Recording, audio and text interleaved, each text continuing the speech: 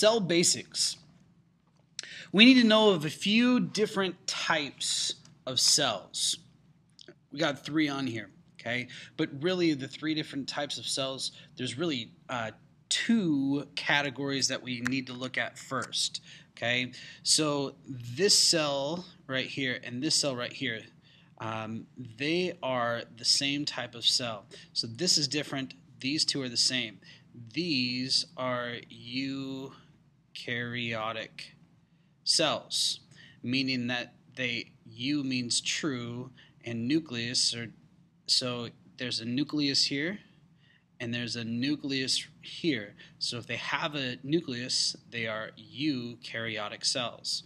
This cell over here does not have a nucleus, so it's pro or before the nucleus, so it's prokaryotic cell. So with that said, we got prokaryotic cells that have no organelles and no nucleus. These are bacteria cells.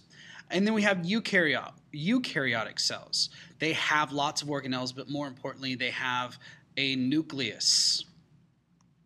This particular one right here is an animal cell. It does not have a cell wall, versus this guy right here that's a plant cell that does have a cell wall.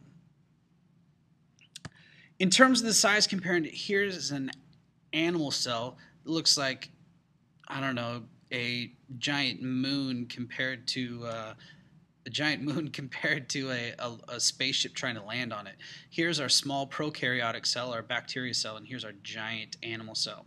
A micron. Ooh, what's a micron? Well, a micron is 1 micrometer. 1 micrometer is 1/1,000,000th of a meter. So here's another way to look at it. In this teeny tiny thing, that's maybe a millimeter right there. There's 1,000 micrometers in 1 millimeter. That's another way to look at it. Okay, so most bacteria are 1 to 10 microns.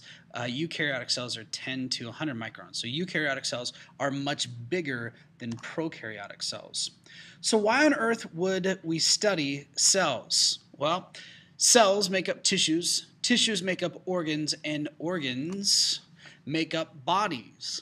Bodies are made up of cells. Cells do all of our work. So 1 cells become 2, 2 to 4, 4 to 8, and we keep dividing and getting bigger and getting bigger until we get tissues. Those tissues come together to make organs, and those organs come up to make systems, and all the systems work together until we finally get a body. This just happens to be a cute little girl who I have no idea who that is.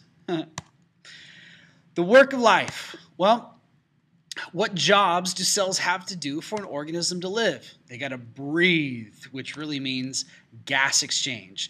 Get rid of carbon dioxide and take in oxygen. They need to digest food. They need to make energy. Again, these are all the things that cells do. Cells build molecules, okay, whether it's proteins or carbohydrates, sugars, lipids or nucleic acids, DNA, RNA. Cells remove wastes. They control internal conditions, so you're not too hot and you're not too cold. Okay, they respond to the external environment. Cells build more cells. They make ATP and energy. Cells are very, very, very busy bees, or cells. The most important structure that a cell has is the plasma membrane. The absolute most important thing. The reason that I say that is because they provide a time and a place for chemical reactions to take place. The plasma membrane does.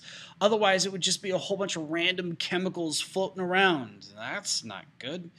So the plasma membrane separates the inside from the cell from the outside of the cell. It provides a time and a place for chemical reactions because the plasma membrane lets certain things in at the right time, and it lets certain things out at the right time. So the function of the plasma membrane is to separate the inside of the cell from the outside of the cell and control what leaves the inside and the outside. We call this being selective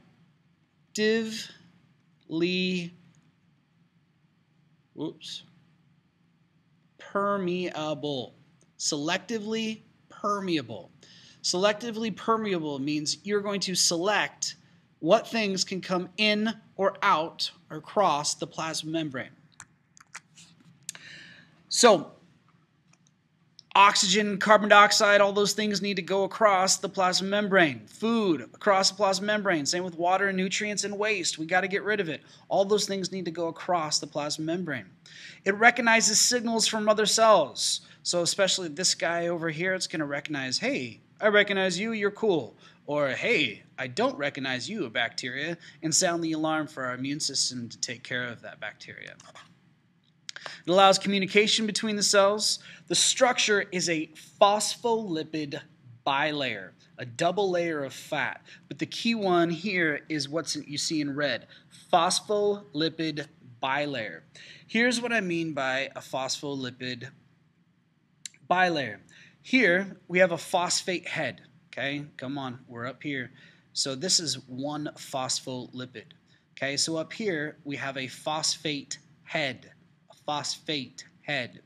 And down here we have a lipid tail, specifically two of them. So we have a phospholipid. And we have a layer of phospholipids. So we have a layer of phospholipids here, but as we can see, our plasma membrane is a phospholipid bi meaning two layers. So we have two layers of phospholipids. Our plasma membrane also has receptor molecules out here and proteins to help things come in and come out. All very, very, very, very important. We also have the fluid mosaic model of the plasma membrane. Okay, the phospholipids and proteins of the plasma membrane are not stationary. They're not locked into the same spot, but rather they move. The cell's plasma membrane. As crucial as this barrier is, it's surprisingly flexible. Push it and watch it move. Poke hard enough and it might break and begin to regroup. The lipid molecules of the membrane naturally assemble in a double layer because their tails repel water as their heads attract it. Within these lipid molecules, we also find different proteins which do various things for the cell. For instance, they receive signals from the world outside, or they transport nutrients and waste. So nature composes the membrane with a combination or mosaic of different lipids, carbohydrates, and proteins. And these molecules are not stationary. They constantly move within the structure, fluidly changing their positions.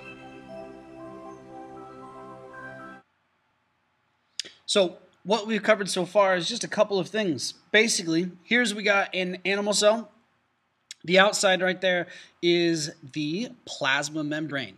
It's the boundary of the cell. It controls what goes in and goes out. And the last thing I want to point out here is that we have a lot of space in the middle of the cell. That space in the middle cell is called the cytoplasm. It's the material holding all the stuff inside. It's like this and like that and like this and it's like that and like this and like that and it's like this. So just chill till the next episode.